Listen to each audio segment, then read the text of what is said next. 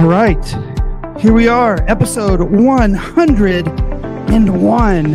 And last week was our 100th episode with my dynamic author team. And you all, I'm super excited to say that today we received the final draft before the final draft before the final draft. Probably before the final draft. But by next week, it is our goal to have the final draft to Harvard Education Press for that publishing of our book, which, if you all know, that is just one big step towards the move of getting the book published. It'll be our first full book that we've turned over to the editor. Then we will start the editing process, which is super exciting. Given that this is almost a dream that I never thought would happen, to be an author. Given that I was tutored in first grade and remember being shamed for not being able to spell the word R, A-R-E. And then thinking about what I was told that I was capable of as a student, and writing a book wasn't even on the list of things that my teachers believed that I could do. But here I am with a great team doing what we love to do, and that's spreading this word and knowledge of trauma-informed work. But today's guest, sometimes guests come in the most organic ways of just conversations or meeting in random places or meeting people at conferences. And today's guest is one of those amazing people that I met at the Attachment and Trauma Network Conference in Dallas just this year, right? And I think it was February is when we had the conference. And, ATN is a great friend of ours. And Ginger was on here talking about the ATN and her new workbook. But I walked by this booth and I thought, wow, this is pretty cool. So let me do a quick introduction, and then I'm going to bring out our guest and the other guests that will be here. I have one guest of my own right here that actually I'm going to show it to you really quick. If you're here live, if you're not, and you're listening on the podcast, you are missing the mini me that is about to pop up. And I truly believe that this awesome tool that I'm going to introduce you to here shortly was modeled after me. I'm pretty sure that this is my twin, and it is an amazing regulation tool that we're going to be talking about. And if you're listening on the podcast, y'all are going to have to go to YouTube and check out the live video of this amazing tool. So without further ado, let me tell you a little bit about Julia Chambers.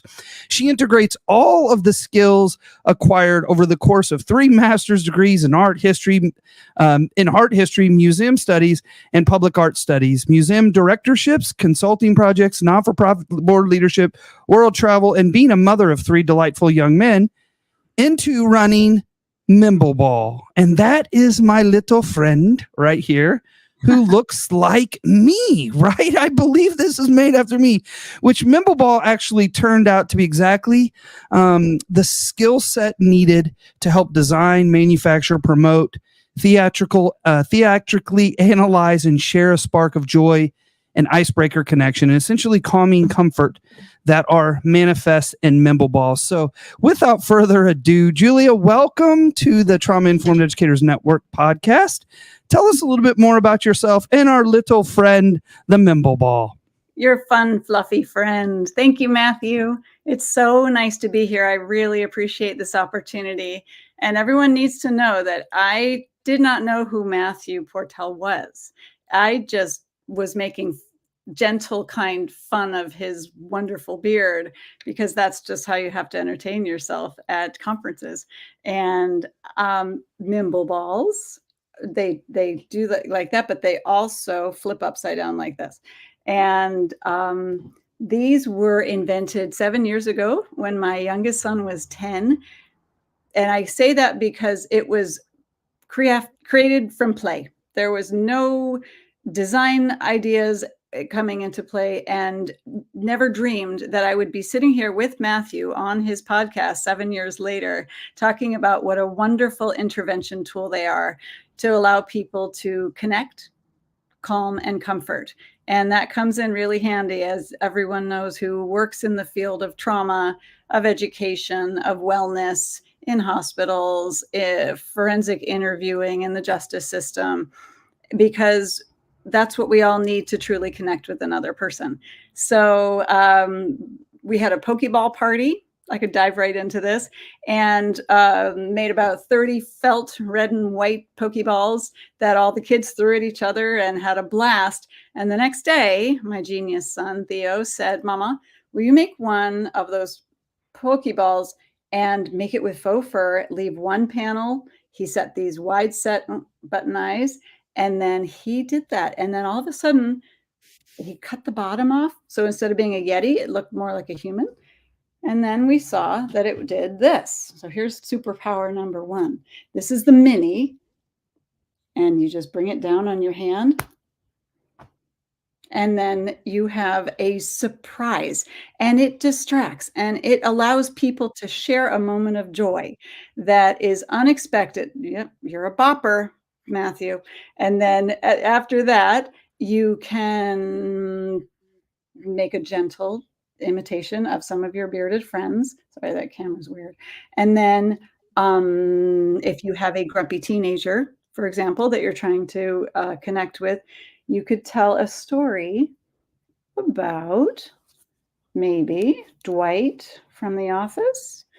And go ahead. I need the glasses, but that's not going to mystically. I've got my own in my head.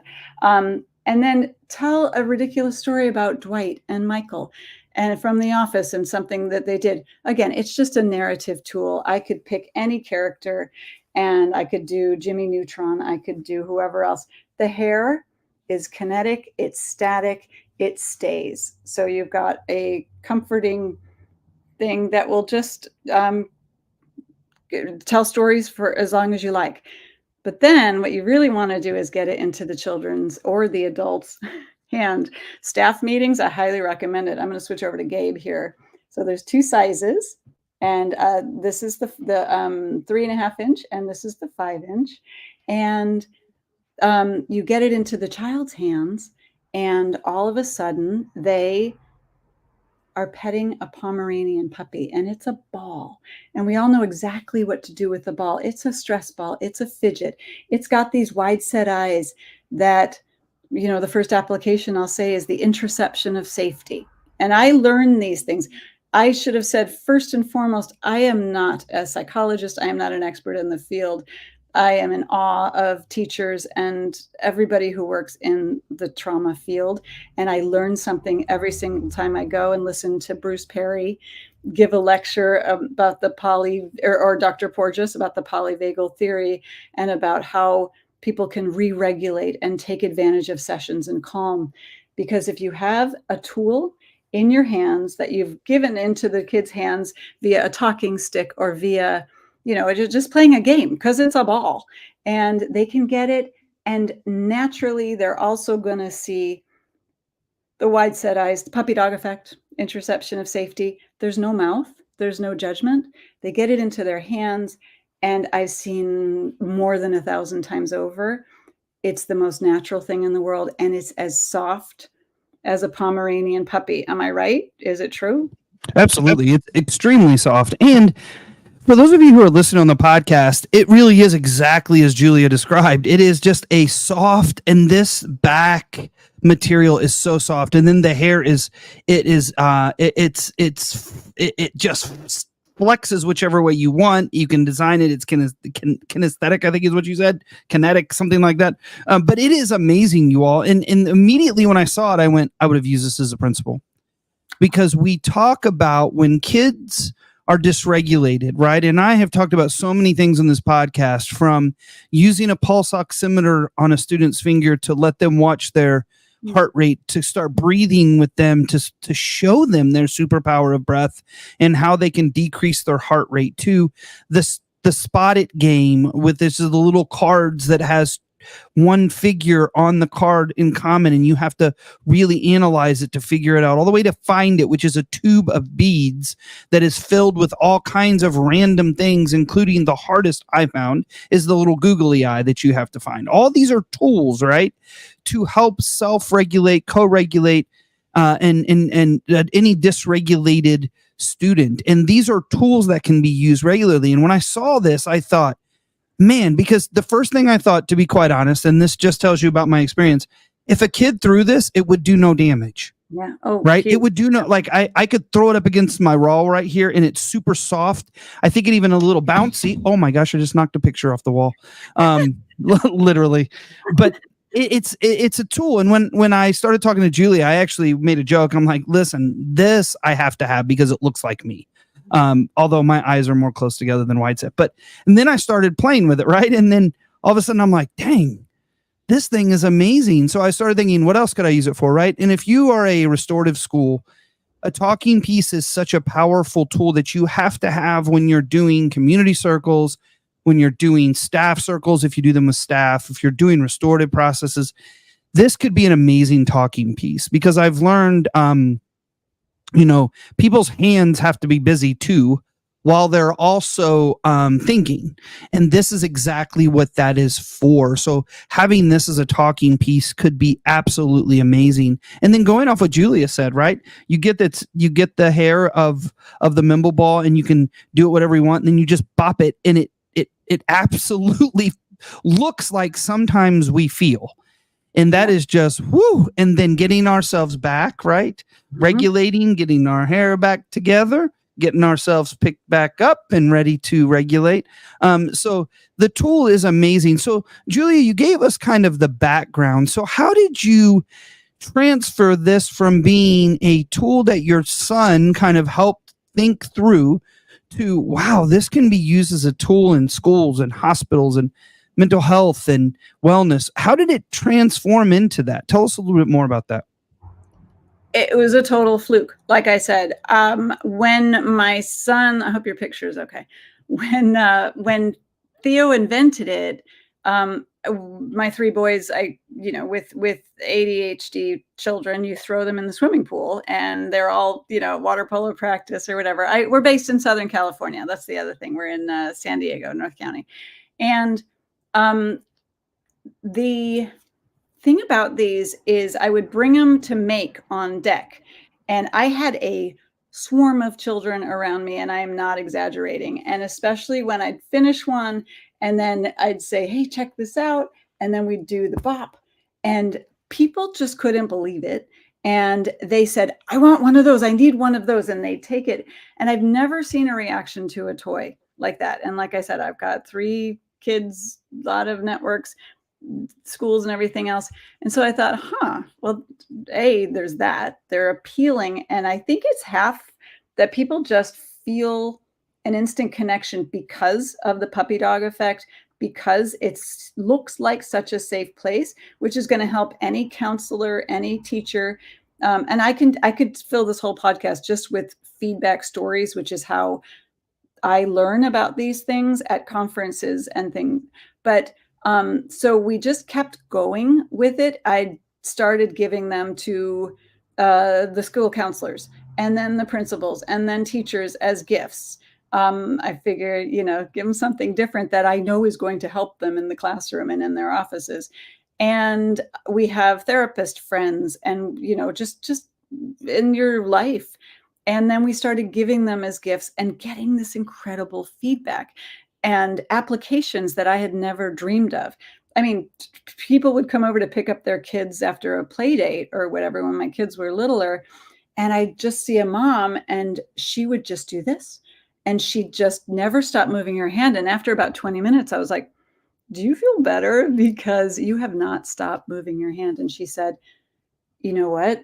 I do. And it's bringing me right back to when I was in the hospital and I had a llama that was just made of faux fur. And it's directly transporting me back to what soothed me and what got me through a medical crisis in my life. And she just had this visceral response to it. And that's probably one of the main things that keeps me going to conferences and expanding our applications, because it is the bop. It is the moment of joy that is, as I said, unexpected.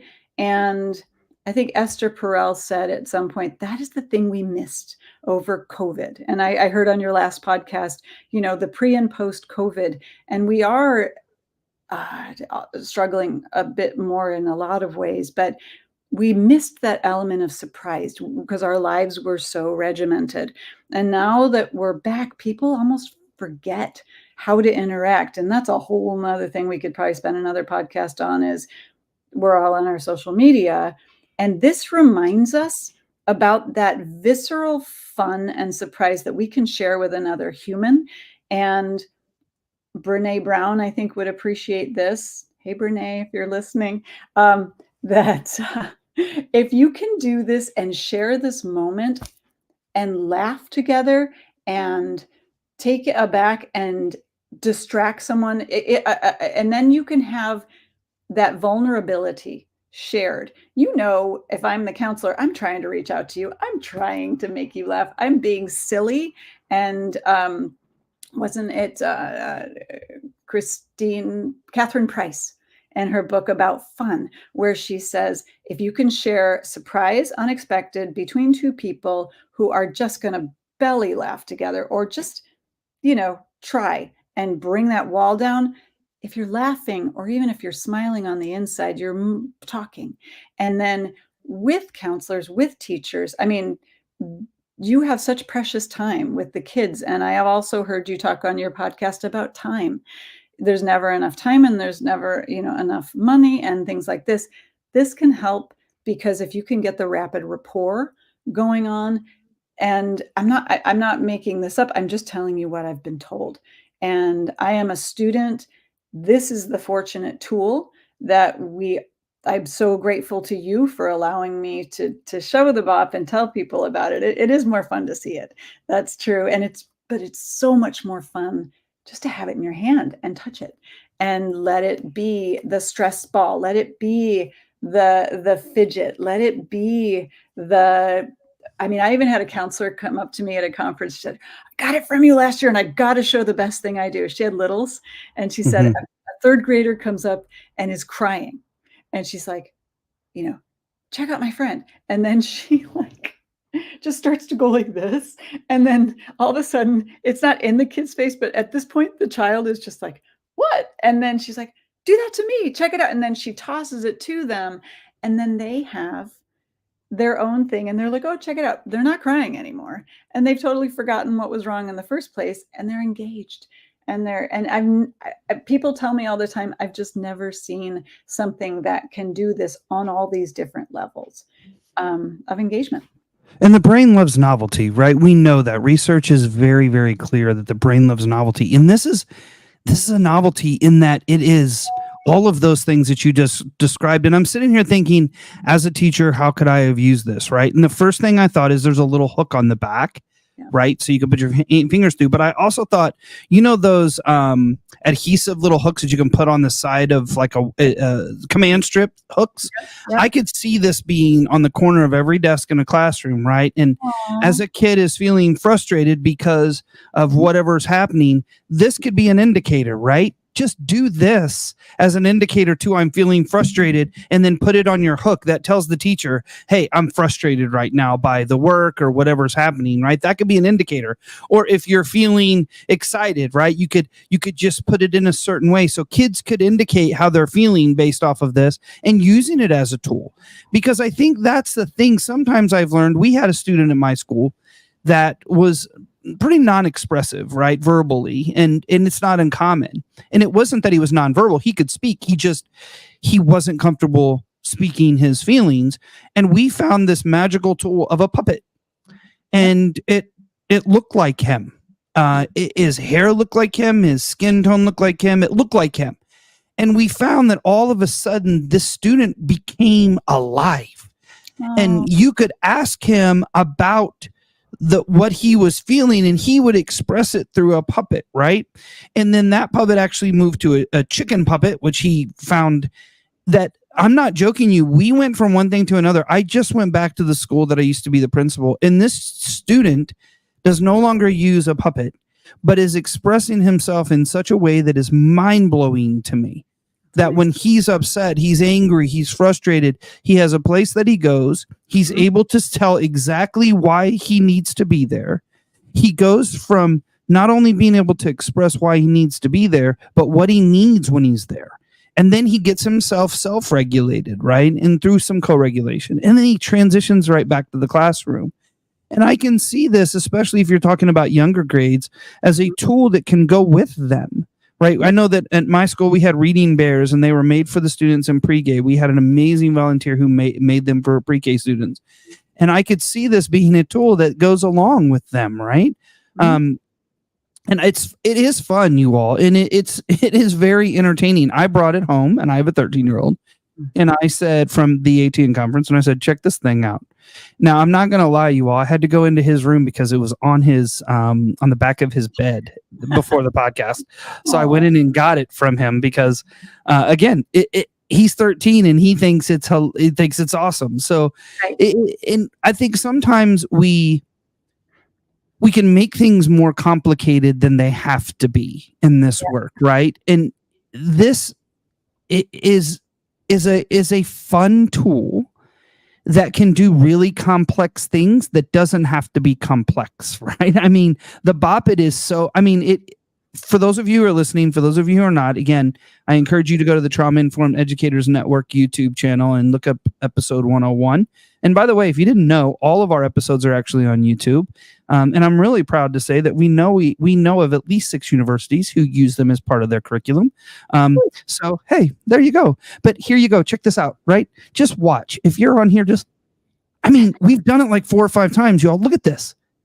It brings you joy. It is. Oh, look, he's even got a little something down on the front, right? I said he, it could be she, it can be they, it can be whoever you want, because there's no identifying factors of anything other than a beard if you want it to be a beard, right? Other than the Matthew, yes. This is my version. Then it's not. Then it is. But it's a tool, right? And these tools are things we have to have in classrooms, and it's not just this. It can be this and things. This can just be one of the tools. But I will tell you, if I was a principal, I would have these in every one of my Peace Corners.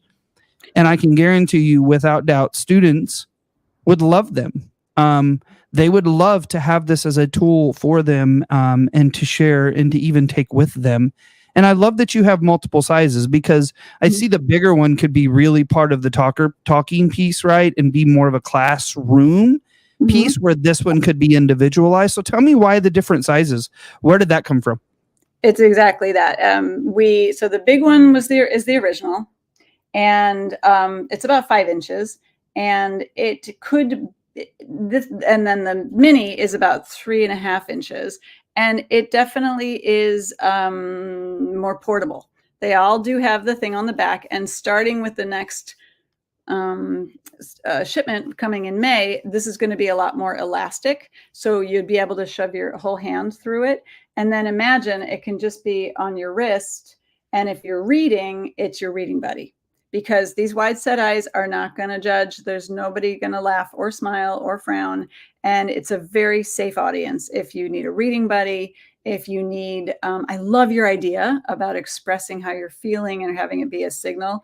I mean, my tagline on my email is everyone looks like a Mimbleball in the morning, because they do. So it's highly relatable. And we got a couple new styles coming out with the next shipment too. But the other thing is, I think it was Bruce Perry who mentioned that in a session, say you're a counselor, and these is where they started, and we're bells of the ball at ASCA, which we're very happy to say. We're going to be at the ACA next week too, in New Orleans. We kept the price low. We think for a therapy tool. Can I say that on the show? Like, there. You could say whatever you want. I probably should say. You can, absolutely. This is my show. You can say whatever you want. No, they are $11.99 and $14.99 retail. And with grant writing, with everything else, we can bring the price down, do a bulk rate, which we're thrilled to do.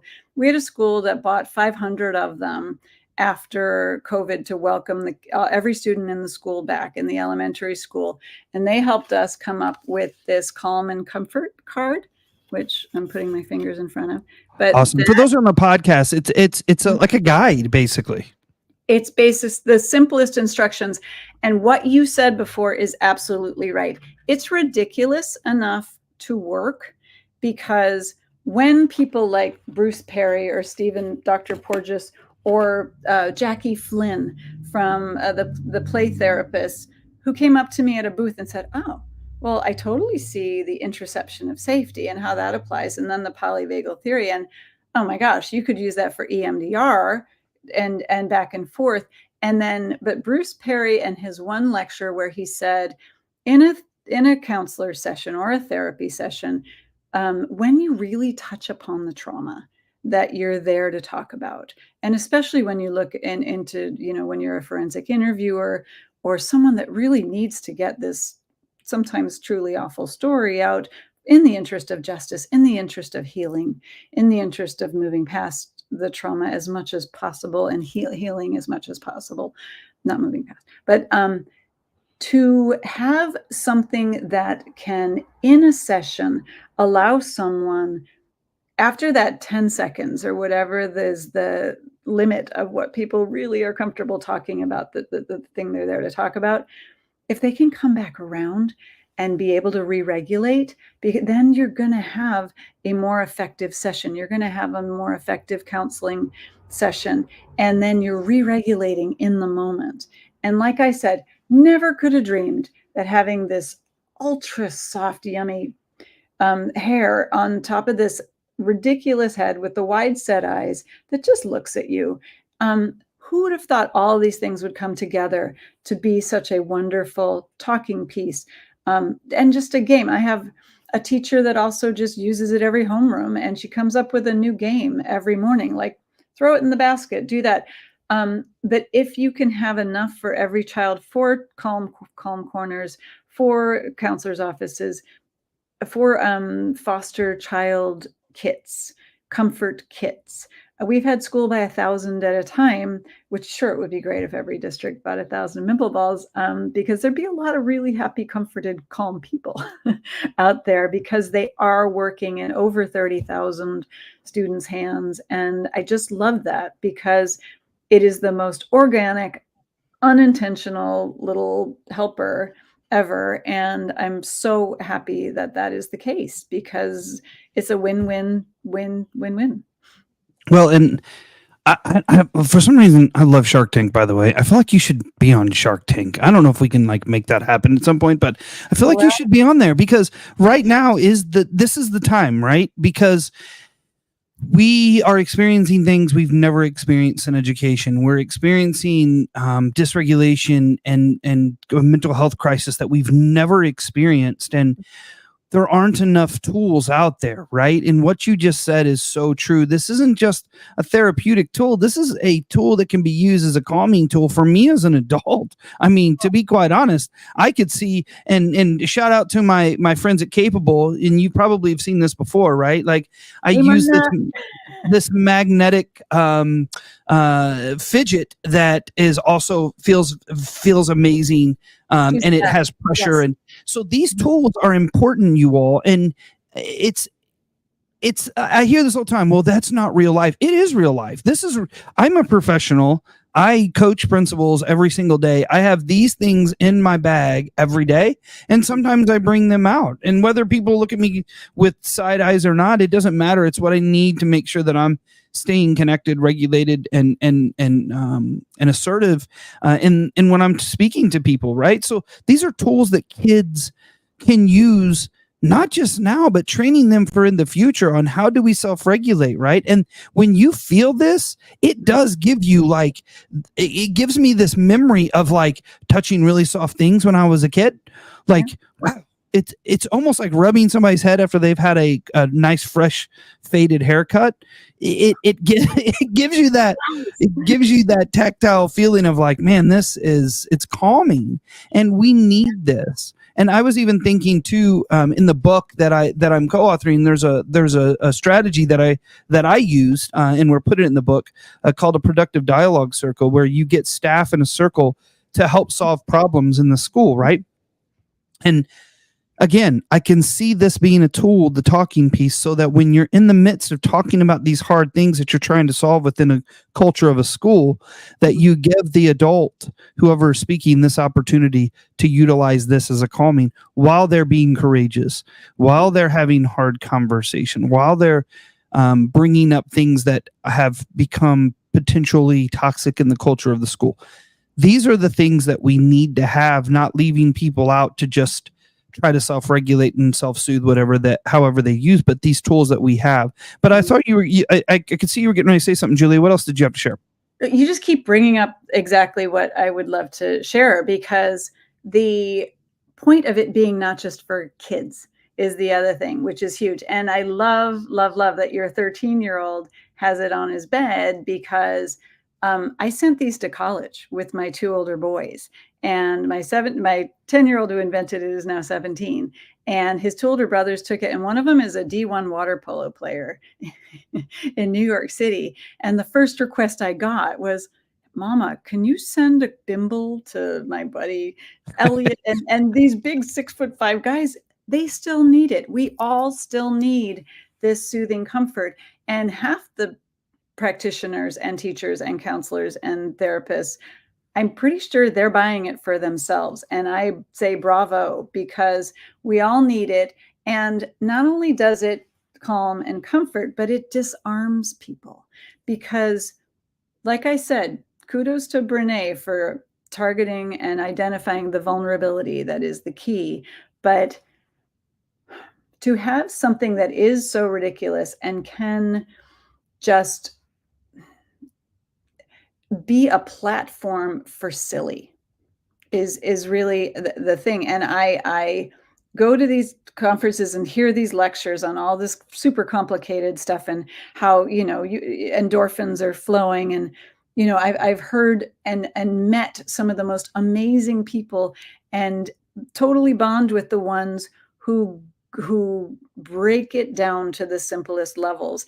And I think if there's anything we need right now in the world, is human connection on this level. And the fact that these silly balls can make it happen like that is invaluable. And I've looked, there's nothing else like it.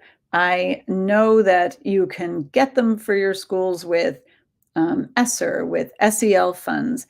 And I know people who can help write grants and things. I've got an alliance, because the people like you, Matthew, who recognize the value of them, there's a million ways to comfort ourselves. We find them all the time. But to have something this simple and available and washable. Did I say washable? Just don't You dry didn't, but that's really important. And then to have, this thing, hook it to a backpack, give it to each student if you can, have it in offices if you can't, have it in classrooms. I had a 3rd grade teacher, and she was in Wichita, Kansas, and she had the tough crew. She was the drama teacher, and she had these 3 little angels who really, really gave her a run for her money every day. And she said she got one. Her mother gave it to her. I actually met her mother at a conference. This is how I know the story. They named it Meatball. And every single time, these 3 youngsters would be the best they could. So they had the privilege of holding Meatball. And I donated 3 to her in the end, so they could each have one when she had to leave the school. She had to call discipline in 90% less. And we're working right now to collect more data and collect more stories and show people how and why they're working, because something that was not begun. So if anybody would like to do a study of Mimbleball and how they work, please tell Matthew, and he'll give you my number and my email, because that is exactly where we're at. We're gathering, but I would love to hear how they are working for everyone in their schools, because there's so many people for whom they are already working, and we're really grateful that they're getting out there. Again, and I think part of the work that we do in education in schools is modeling, right? That we model what we want the children, we want to model what we want the children to do and see, right? And I'm my brain is constantly in motion here, thinking about, as a teacher, how could I use this? And I taught non-English speakers and when I was a classroom teacher and I taught fourth grade, and I thought, how fun would it be to have the big one? And just when I feel frustrated, right, or when we're working on something that's really complex or complicated and we're feeling frustration, right, just set the alarm. Like, all right, this is where we are. It's okay. Like, modeling that for the kids as an adult, and I as a principal, I mean, I remember students would come in and they would have done whatever they had done, and I would say, I can't have a conversation right now because I'm really frustrated. Right. So I need you. You can use the fidgets. You can use whatever you want to take a minute, because I myself am really frustrated, and I have to make sure that I am regulated. So when we have a conversation, we can solve the problem of whatever that we're dealing with. And so I would model that, being able to communicate that. But I can also think, man, how awesome would it be to model that while also using a regulating tool? And I did have some regulating tools that I used with students to show them that, listen, I need these things too. I need to be able to regulate, have a conversation, come up with solutions, and be present for people. And so it could be that for every principal, have one of these in their office, right? And say, listen, I'm really frustrated right now and I need a minute. Literally. I mean, look, tell me that doesn't, like, just look at it. And if you, again, if you're listening on the podcast, you got to go to YouTube and you've got to watch this, because they bring, I mean, look, we're smiling and we've done nothing but just look at these adorable bearded or wild haired things. And you can see how quickly it can go from a beard to wild hair, right? But just an amazing. So, Julia, you mentioned too, if somebody wants to get hold of you, how can they find out more information about the Mimbleball? And then also tell us how much they were again. I know you said $11.99 and 14 or something like that, but tell us all that information again. Okay, I will. I do have to say one other thing that I am so super proud of and so grateful to her for. I'm talking to you because I met Dr. Melissa Sadin at a conference. It was like a curriculum conference. I don't even know which educator conference it was. And I went up to her booth and I was like, may I show you this? And she, in 5 minutes, and she tells the story, so I'm comfortable telling it, and I am so grateful to her and have read a lot of her stuff, so I am better informed. And she says, before I used to say that I recommend 5 intervention tools, and now I have 6.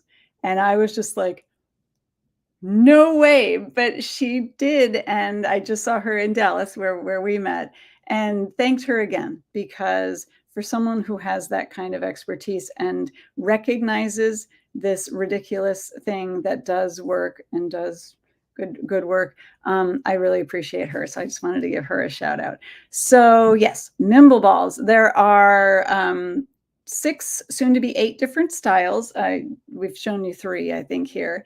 And they're all of Mimbleball.com. And it's a made up name, just so you know. A Mimble is a meander with no particular destination in mind. And that it's a British word. So I thought it was fun to say. And it's I called that my early 20s. I didn't say it was an intoxicated one. I'm sorry. Yeah, true. I was a Mimble. I would say man, but I was still, definitely a boy. But yes. Well, it actually, because that is the proper complete reference. If we're using British word properly, it's a drunken meander with no particular destination in mind. But all ages show. We were just going to say it's a meander. Yeah, but I like that. I like that. I could sense there was more. I could feel it because, again, it looks like me. So therefore, I knew there was more behind the story. But keep going. Sorry. Yes. Yeah. So Mimbleball. So it starts with an M, and we named it that. And so Mimbleball.com is where you can learn all about it. And there's ways to do a bulk order. There's ways to get in touch with us. And I'm Julia, and it's julia@mimbleball.com. And check out the pricing. And we have 2 new styles coming up. One with purple hair is Vanessa is coming in May or June. And Vanessa is going to have a rainbow speckle array going across, and a little extra weight for our friends on the spectrum, and purple hair. And then Mimbleball is going to have black hair and a cow print face. And the others are on our website already, different colors and all neutral, all no specific genders or assign or anything like that. So all friendly, all fun, all fluffy.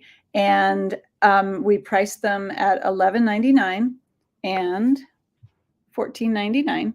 And they're all also going to be coming with embroidered eyes. That came about, they're all safety tested. Everything's completely safe. But the embroidered eyes came so we could work more with our friends in hospitals. And we did our first custom Mimbleball was done with the Starlight Children's Foundation. And I love that partnership. We are also happy to do that for any other organizations, because what better PR piece than to have somebody that's going to just send out love and be this little messenger of love and acceptance and vulnerability and ridiculousness, and to say, hey, we are all about that love and connection too. Again, Julia at Mimbleball, just let me know. It's all on the website.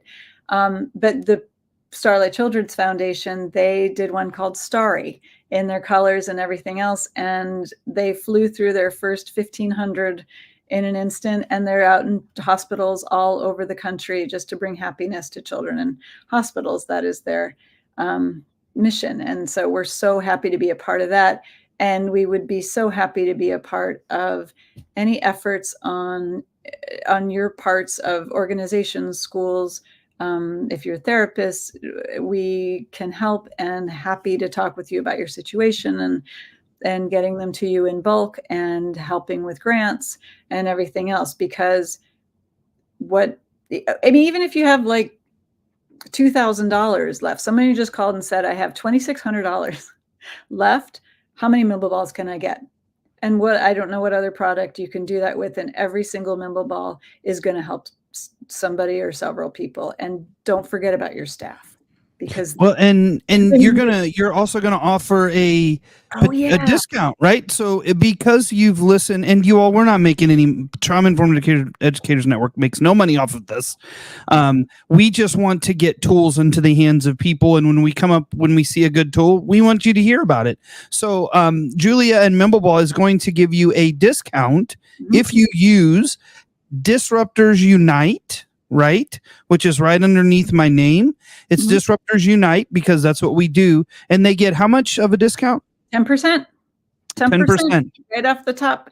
And happy to do that. So just don't do the hashtag, just do Disruptors Unite. And we are going to leave that because our missions align. That's what Matthew and I started talking about in the first place after I introduced myself. Okay, was it the perfect icebreaker or what? Because I mean, did was that, and he was laughing, and I had no idea who he was. I had no idea I'd be on this podcast, but it's just. I mean, seriously. I know, right? My twin, right there. It's my twin. Look, and except I need a little hat. I think I have a little hat. I may just travel with this little Mimble. I'm gonna name him. Yeah. Maybe one day I'll just. We'll co-host the podcast together, and I'll share my thoughts, and whatever I can name this Mimble, I will come up with a name. Maybe one day I just have a conversation with him on the podcast, and why not? I mean, it is awesome. Look, you all, seriously. Look, I mean, again, if you're listening to the podcast, you have to see this. It's pretty much me. It's you. In a regulation tool that is soft and cozy and comfy and regulating. I hope I'm regulating to people, but sometimes I potentially could be dysregulating. This will not. Guaranteed not be dysregulating. So thank you so much. Yes. Yeah, thank you so much for sharing all about this. And, I always ask my guests the same question at the very end, and I want to ask you, what do you want educators to know right now? Oh my gosh, how much I am in awe of you, and I mean, I say that as a mom and as someone who for the last, well, since COVID has been going out to these conferences and hearing stories and knowing everything that you get every day. And I know there's never enough time and there's never enough support. My best friends just seem to be teachers. And I think I know why, because I'm fortunate to be surrounded by all these nurturing people who give everything you've got. And if there's something, if these little creatures can help, I hope they can. And you've got a friend is another thing to say, because everyone still needs that comfort. And I hope it can, put the oxygen mask on first, calm yourselves down, and then let it help calm your classrooms and everything about your school life down. And that is my wish for you, because I am so grateful for everything you all do. And Matthew, I am so grateful to you for spending your time and your expertise. And I look forward to continuing to reach out to people and being educated about the different applications and sharing that as I continue to go around and meet people. Well, thank you so much. And as always, please come back to the next podcast, which will be April 29th as of right now. I might have some people on between now and then, but I have been back to back to back. And the next podcast guest is somebody that I've been trying to get on for a while. We had to reschedule. Brooke Trenwith is from New Zealand, and she helped co-write and rewrite the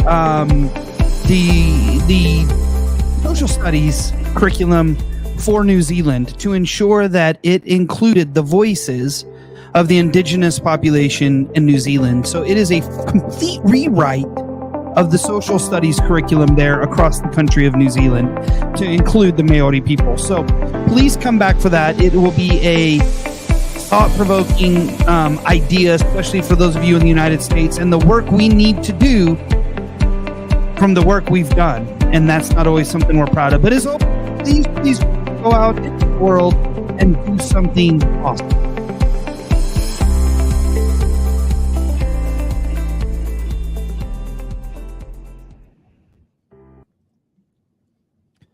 All right. Thank you so much. And for those of you who are live, I didn't catch anybody's name because it didn't let me see the names, but thank you for being here live. And I look forward to seeing you all. I do think I'll probably have another guest between now and the 29th of the month. But if not, I'll see you on 29th. And reach out to Julia if you want Mimbleballs, because, well, they're awesome. And every human deserves to have one as a regulation tool. So thank you for being here live, and I'll see you in a few weeks. Thank you, Matthew.